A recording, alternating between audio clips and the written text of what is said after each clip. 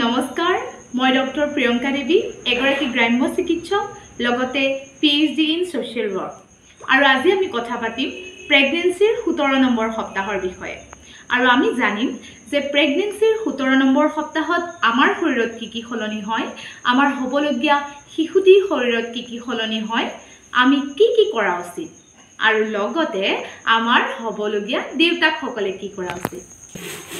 প্ৰথমতে জানো আহক যে আমাৰ শৰীৰত কি সলনি হয় মই আগৰ ভিডিওটো কৈ আহিছো যে এই সময়ছোৱাত আমাৰ শৰীৰত তেজৰ চলাচলটো বৃদ্ধি পায় অৰ্থাৎ আমাৰ যিখিনি অবয়ব আছে আমাৰ যিখিনি আকৃতি আছে লিভাৰ কিডনি হক যিবোৰ অৰ্গান আছে তালে ব্লাড ফ্লোটো বাঢ়ি যায় গতিকে এই সময়ছোৱাত কি হয় আমাৰ ছালৰ ওপৰত যিটো স্বেট গ্ল্যান্ড থাকে অৰ্থাৎ ঘামৰ গ্ৰন্থি যাক কোৱা হয় তাতো প্ৰডাকশন বেছি হৈ যায় আৰু সেই কাৰণে বহুতে কয় যে প্ৰেগনেন্ট হলে মানুহবোৰ ধুনিয়া হৈ যায়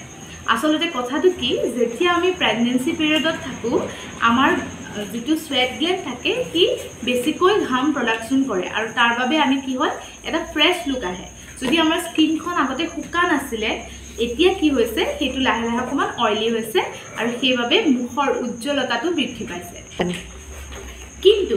যিবোৰ মানুহৰ স্কিনটো আগৰ পৰা অইলি তেওঁলোকৰ বাৰু কি হ'ব অধিক অইল সিক্ৰেশনৰ বাবে তেওঁলোকৰ হালমইনা বা পিম্পলস উঠা আৰম্ভ হ'ব যিদৰে আমাৰ ব্লাড সাপ্লাইটো বাঢ়ি যোৱাৰ কাৰণে আমাৰ স্বেট গ্ল্যান্ডেও কাম কৰা বেছিকৈ আৰম্ভ কৰি দিছে তেনেকৈ আমাৰ তলৰ অংশটো ব্লাড সাপ্লাইটো বাঢ়ি যায় আৰু তাৰ ফলস্বৰূপে কি হয় আমাৰ বিভিন্ন সময়ত প্ৰেগনেন্ট ওমেনৰ কিছুমান ভেজাইনেল ডিসচাৰ্জ দেখা যায় যেটো অকমান বেছি হয় কিন্তু মন কৰিবলগীয়া কথা এইটো যে এই ডিসচাৰ্জ কেতিয়াও দুৰ্গন্ধময় নহয় কিন্তু যদি আপোনাৰ ডিসচাৰ্জটো গ্ৰীনিশ বা গ্ৰেইশ মানে কিছুমান বেলেগ ধৰণৰ কালাৰ দেখিছে আৰু লগতে এটা দুৰ্গন্ধ ওলাইছে তেতিয়া হলে আপুনি যিমান পাৰে সোনকালে চিকিৎসকৰ পৰামৰ্শ লোৱাটো খুবেই জৰুৰী যেহেতু কৈ আহিছো যে আমাৰ তলৰ অংশটো ব্লাড ফ্লোটো বাঢ়ি যায় তাৰ ফলত কি হ'ব পাৰে আপোনাৰ যদি কাহ হৈ আছে খুব বেছিকে তেতিয়া আপোনাৰ পাইলছৰ সমস্যা আৰম্ভ হৈ যাব পাৰে অকল কাহ বুলি নহয় যদি আমাৰ এইখিনি সময়ত অৰ্থাৎ 17 নম্বৰ সপ্তাহত লাহে লাহে আমাৰ কি হৈছে পেটটো বাঢ়ি গৈছে অৰ্থাৎ ওজনটো আমাৰ শিশুটিৰ ওজনটো বাঢ়ি গৈছে তাৰ ফলস্বৰূপে আমাৰ এটা প্ৰেছাৰ পৰে লোৱাৰ এবডোমিনাল আৰু সেইভাবে আপোনাৰ পাইলছৰ সমস্যাটো আমি দেখা পাও আৰু লগতে সেই সমস্যাটো আৰু এঠাইত হ'ব পাৰে সেইটো হৈছে আমাৰ ভৰিৰ আটাইতকৈ এডাল দীঘল নাৰ্ভ আছে যিডালক কোৱা হয় সিয়াটিক নাৰ্ভ আৰু এই নাৰ্ভডালটো প্ৰেছাৰটো বেছি পৰাৰ বাবে এই নাৰ্ভডালৰ পেইন আৰম্ভ হয় যেটো আমি সিয়াটিক নাৰ্ভ পেইন বুলি নাজানো কিন্তু আমি কওঁ যে আমাৰ লাহে লাহে ভৰি বিষোৱা আৰম্ভ হৈ গৈছে এতিয়া জানো হওক যে এই সময়ছোৱাত আমাৰ শিশুটি কি সলনি হয় আমাৰ শিশুটি এই সময়ছোৱাত প্ৰায় 100 গ্ৰাম ওজনৰ হয় আৰু লগে লগে ইয়াৰ যেটো দিক থাকে অৰ্থাৎ দৈৰ্ঘ্য থাকে এটো প্ৰায় 6 ইঞ্চি লৈকে হয় গতিকে আমি গম পাও যে আমাৰ শিশুটি লাহে লাহে ডেভেলপ হৈ আহিছে আৰু যদি এই সময়ছোৱাত আমি আমাৰ শিশুটিক চাব পাৰিলোহেঁতেন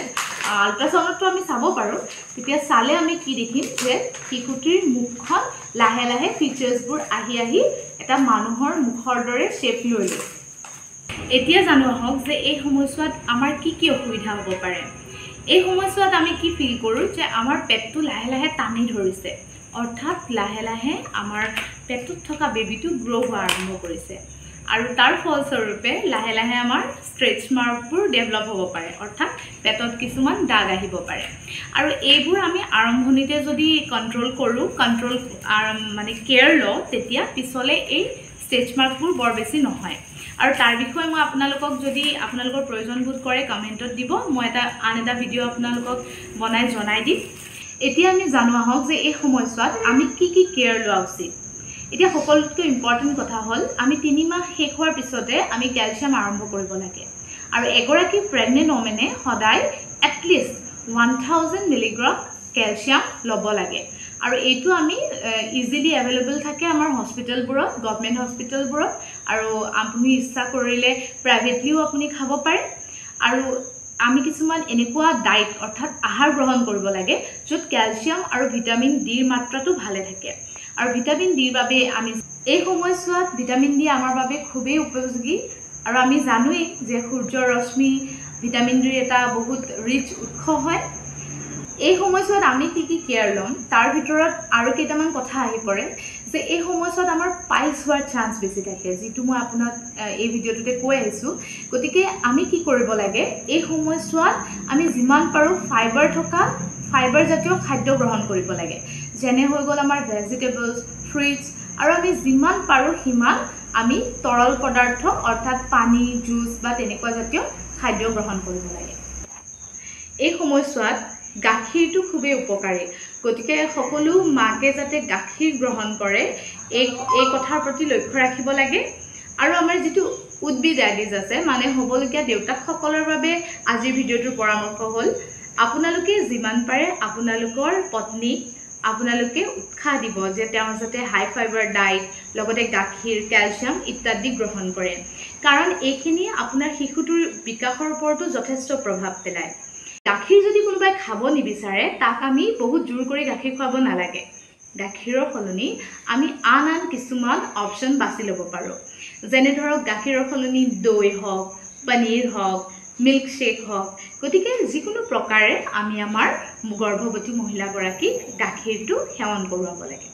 গতিকে আজিৰ ভিডিঅ'টোত আমি জানিলোঁ যে 17 নম্বৰ সপ্তাহত আমাৰ শৰীৰত কি সলনি হয়, আমাৰ শিশুটি কি সলনি হয়, আমি কি কৰা উচিত, আৰু লগতে আমাৰ হ'বলগীয়া দেউতাকসকলে কি কৰা উচিত। আজিলৈ আহিছোঁ, পুনৰ লগ পাম এটি ভিডিঅ'ত,